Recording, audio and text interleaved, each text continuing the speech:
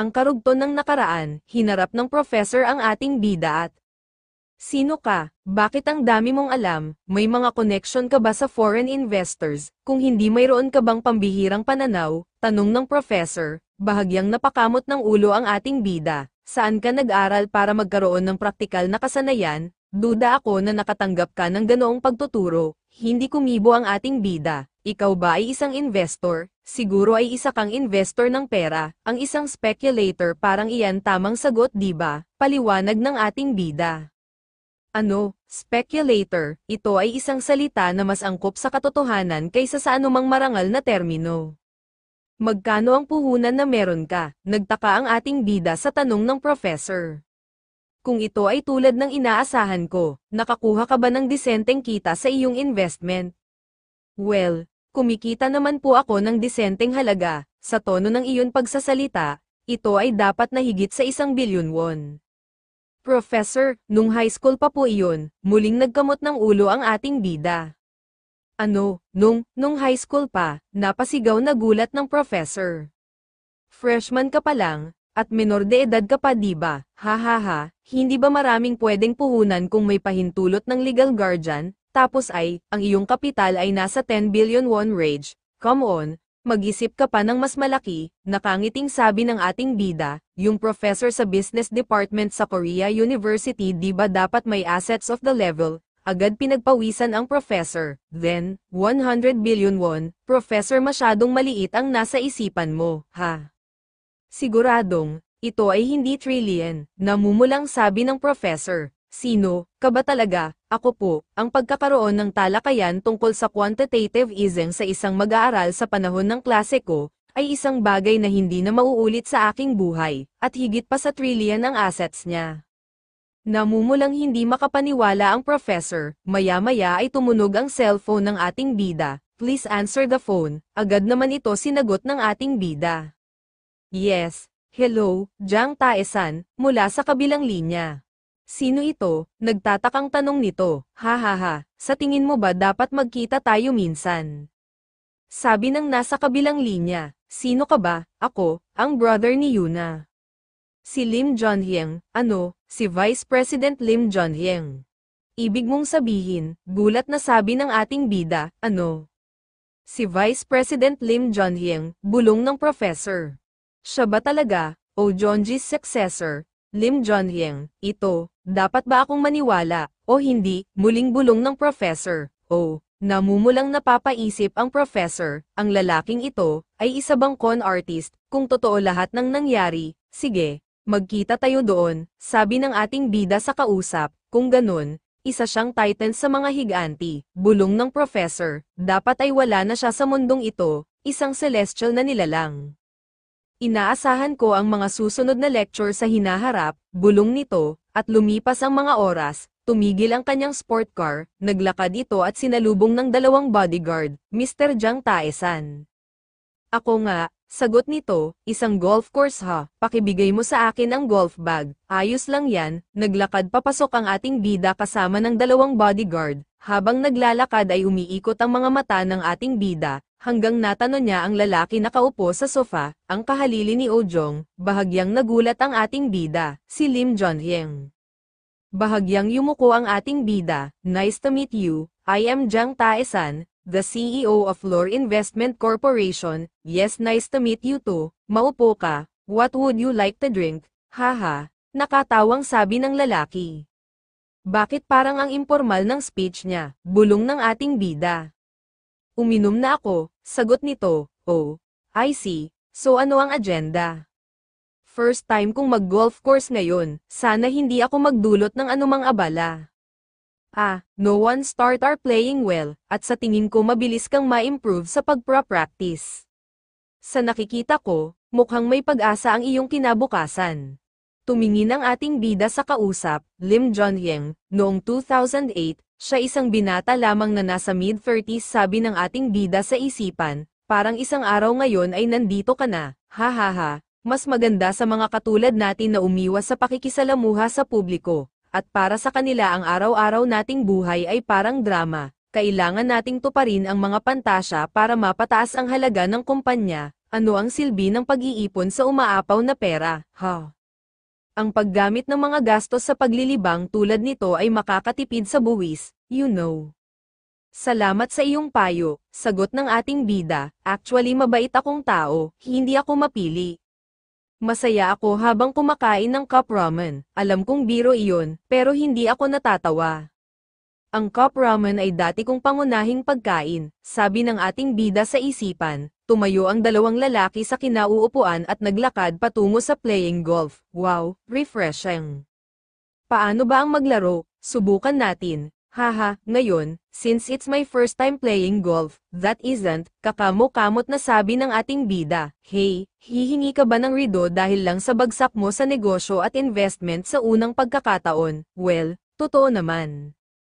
Mukhang maganda ang offer mo. Ano naman ang nakataya? Tutulungan kita, ha? Ano, bakit kapag nanalo ka? Tutulungan kita basta hindi ka pababayaan ni Yuna. Medyo matapang na proposal iyon, bulong ng ating bida. Anong mangyayari kung matatalo ako? Kung matatalo ka, basta mamuhay ka lang ng tahimik. Alam mo namang mas komplikado ang relasyon ng pamilya natin kaysa sa inaakala mo. Di ba? Seryosong sabi ng lalaki. Isang conglomerate na nagkakagulo sa komplikadong relasyon sa pamamagitan ng mga stocks, at kung maririnig ito ni Robert, malamang sasabihin niya na gusto niyang sirain ang mayabang na si Ojong Group. Sabi sa isipan ng ating bida, sa tingin ko ang proposal mo ay mali. Ano, hayaan mo akong gumawa ng isa pang suggestion. Ikaw, kapag natalo mo ako, tutulungan kitang maging perpektong may-ari ng Ojong. Ano, anong sabi mo? Nabiglang sagot ng lalaki na pinagpawisan ito, at sa kabilang banda kung ako naman ang nanalo, ano kaya ang maaaring ibigay sa akin ni Ojong? Samantala, ano, nakikipagkita si Jiang Taesan kay kuya. Opo, may golf meeting sila sa Yanggan. Ano, anong nangyayari kay kuya? Bakit siya ang unang kumikilos? Sabi ng babae, sinusubukan ko pa ring malaman ang mga detalye. Ang katotohanan na ang isang paglipat muna ay nangangahulugan, mas mataas ang value ni Taesan kaysa sa inaakala ko. Jiang Taesan, sambit ng babae sa pangalan ng ating bida. At kung mananalo ako, ano naman ang ibibigay sa akin ni Ojong? Ano, gulat na pasigan ng lalaki, mayroon kang 3 trillion na assets. So, sa tingin mo nagbibiro lang ako, at parang madali lang sa'yo si Ojong, ang 3 trillion, napakalaking pera, pero hindi lahat ng bagay sa mundo.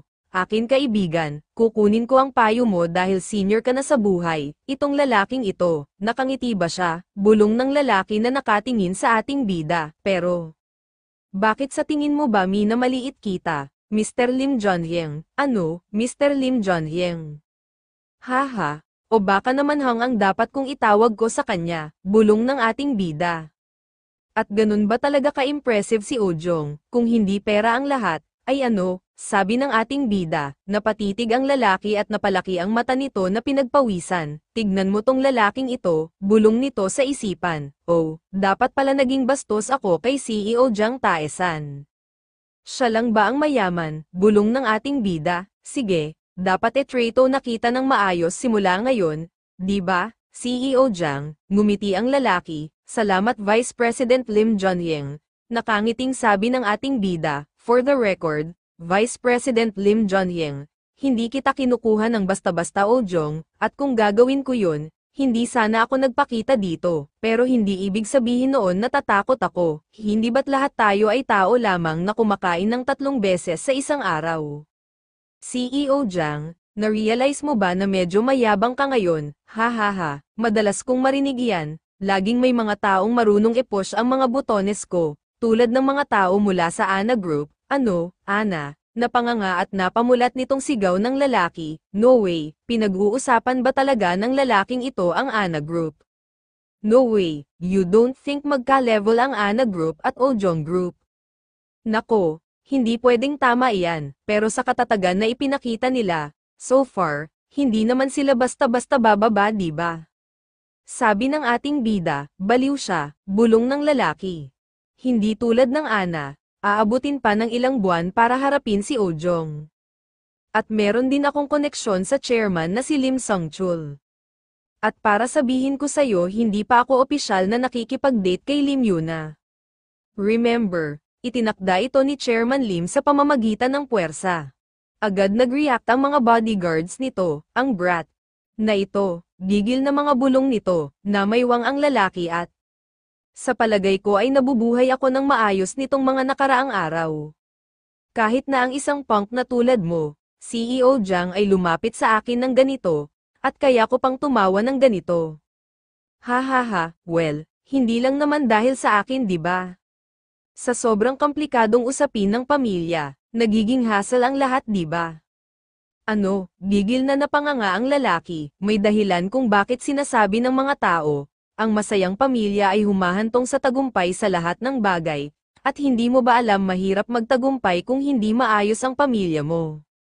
Ano, ang bastard na ito, sigaw ng lalaki, hindi tayo tutunganga lang dito, kailangan nating makialam. Sabi ng leader ng bodyguard na nanggigil sa inis, ikaw, gusto mo na ba talagang mamatay? Galit na sabi ng lalaki, agad kumilos ang mga bodyguard nito, humakbang ito para lapitang ang ating bida mula sa likod nito, ngunit agad napahinto ito, hanggang dyan lang kayo, sabi ng ating bida habang nakatalikod ito, subukan niyong lumapit at masasaktang lang kayo, ibigay mo sa akin ng golf club, sabi pa nito. Opo, eto na, pagkakuha ng golf ay agad ito pumorma para tumira. Vice President manood kang mabuti, ang pagkakaiba ng lahat ng pagmamayari ni Vice President Lim Junhyang at ng sarili ko ay sabay palo ng bola ng golf, sa pagpalo ng bola ng golf ay lumabas ang maliliit na ugat nito. Na tila nagbigay ito ng lakas at kapangyarihan. At muli, hindi bababa sa 100 beses na mas malaki kaysa dito. Muling pinalo ang bola ng golf, wow, bulong ng lalaki na napanganga ito pati ang mga bodyguard nito. Kaya, muling sabi nito, ang pinakamahusay, na huwag mong pupukawin ang isang natutulog na leon, muling sabi ng ating bida habang hawak ang golf club, na paatras ng bahagya ang lalaki na bahagya natakot, Jiang Taesan ang bastard na ito, sa lagay ng panahon, ng Ojong o kung sino paman, dudurugin ko sila kapag nakaharang sila sa daraanan ko. Ano, sa lupa ang deal niya, masaya ang araw na ito, kung gayon, aalis na ako, sabi ng ating bida. Kasing bilis ng hangin ang pag-alis ng ating bida. Habang nakatayo ang Vice President, lumapit ang bodyguard nito, Vice President, ano ang dapat nating gawin, ibabalik ko ba ang lalaking iyon? Tumingin ang Vice President at hindi nawawala ang pagkatakot nito, hindi siya tao, pinagpawisan na sabi nito. Pumasok sa isipan nito ang paghampas ng ating bida sa bola ng golf. Ano ito, 100 beses pa o higit pa? Sa palagay ko naiintindihan ko kung bakit gustong ikonekta ng aking ama ang pinakamamahal na bunsong anak sa kanya. Bulong nito, gusto kong mapag-isa, sabi nito sa bodyguard, hindi siya ordinaryong lalaki. Para siyang, isang batikang mangangaso, to think na ang ana ay sinira ni Jiang Taesan. At ang grupong ng ana ay hindi isang tindahan sa sulok ng kapitbahayan, hindi ito kasing simple, samantalang, ito ay isang bagay na kahit si Ojong ay hindi magawa, hindi, ito ay imposible, minamaliit ko siya dahil bata pa siya, kalokohan, Jiang Taesan, bibigyan pa kita ng isang pagkakataon, sa kalayuan matatanaw na basag ang bola ng golf, at kung ang sinabi mo ay mali, ako ang papatay sayo, tinamaan na ang pride ko. Lumipas ang mga oras, sa opisina ng ating bida. CEO mayroon po kayong bisita, ulit ng ating bida.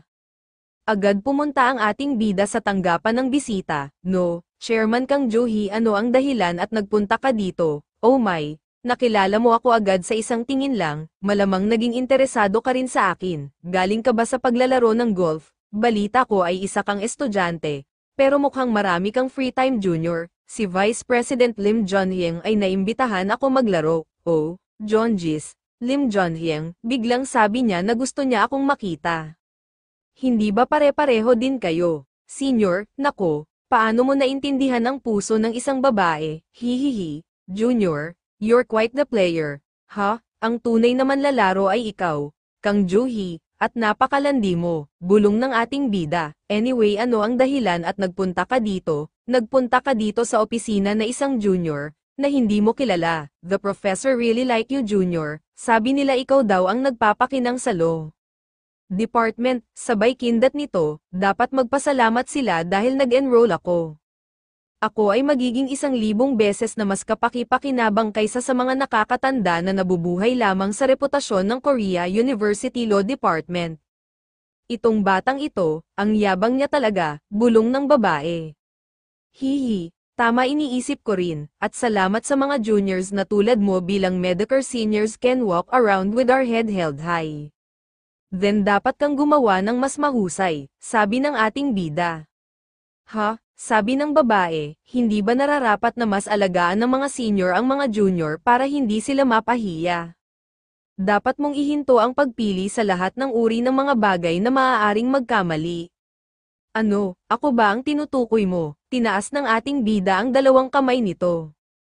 Of course, ano? Sigaw ng babae, Junior, parang wala kang kinatatakutan sa mundong ito. Alam mo bang malaki ang pagkakamali mo ngayon, inis na sabi ng babae, dahil hindi tumalab ang pang-flirt nito sa ating bida, tuturuan ko itong hino na magpakita sa pinakamasamang oras, isang tunay na nag-aral tungkol sa kung gaano nakakatakot ang mundong ito, ngayon ay hindi isang araw kung saan pakiramdam ko ay mapagbigay, wala namang sense yung sinasabi mo, diba?